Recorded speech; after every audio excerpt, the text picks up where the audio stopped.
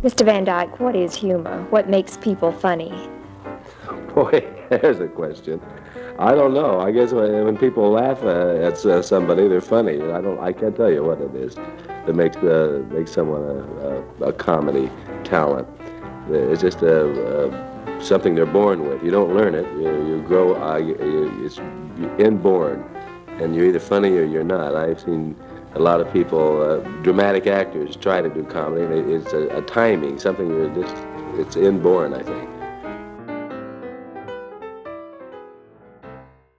So do you consider yourself a comedian? I'd say so. I'd like to be. That's kind of the main goal of life at this point. Just to be a comedian? Yeah. That's what you want to go into? Yeah, especially stand-up. I also love improv. I want to use that as like a skill once I get into it, but I'm very focused on doing stand-up. It's like a weird question. I kind of do more and more now that I'm sort of being welcomed into the community. Like, I can identify people that I think are comedians in Athens, and then, like, when they start to, like, include me, then I feel like I'm a comedian, but then in a day to day, I don't necessarily think of myself as a comedian, so I don't know. I'm, like, in a weird limbo stage. I think I can say funny things, but I don't know if I consider myself a comedian. I try and be funny, and most of my humor is just like dad jokes, so I don't know. It kind of works, but I don't know if I can't get on a stage and just like come up with a set. Mm-hmm. Do you consider yourself a comedian? Not so much. I have a lot of doubts about my own actual skills, but I say I do improv. I wouldn't say I'm a comedian. Vaguely. I'm kind of funny sometimes, so that's something. In tonight's news, the polar ice cream caps are melting. More on that at 6 tomorrow. You'll have to wait that long. I'm not joking. Get on with it. Okay. Now on to my co-anchor, Derek. Derek, anything to add? I have a confession to make. Yes? Under these glasses? Yes. I'm actually Mega Derek. I had no idea. Yes. What a stunning You see, revelation. by night I'm a mild-mannered news reporter, but during the day I'm a really awesome kid at my school. What's brilliant about improv is you make this little world in like a 2-minute to 3-minute scene, and then you're done, and you kind of forget what you did, and you move on to like the next one. I was telling people this all the time.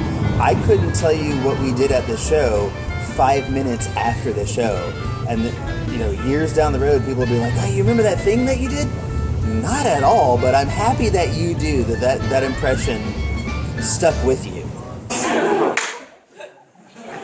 All right, Fruit Boy, get ready for your arch rival, Asparagus. Yeah, fuck you. Yeah, Fruit Boy's way less cool than Hey, so that was exactly what I was going to say. Yeah. So, could you help me come up with a better nickname? I was thinking, like, what's a popular fruit? Tutti Frutti. That's the word. Banana Panorama. The first time I did it, I was like, I don't know if improv is the thing for me, but I just want to practice being funny in front of people because I knew I wanted to do stand-up eventually. And then I just fell in love with it. Me and about 3 of my friends from high school, we just got obsessed with it for like 6 months from the beginning of that year, my senior year, all the way through the end of the summer. We just loved being funny and like the art of trying to make it work. When I first started doing improv, it was very liberating for me because I grew up with a lot of anxiety, and throughout high school, I had very high anxiety, to the point of where, like, I would just break down crying.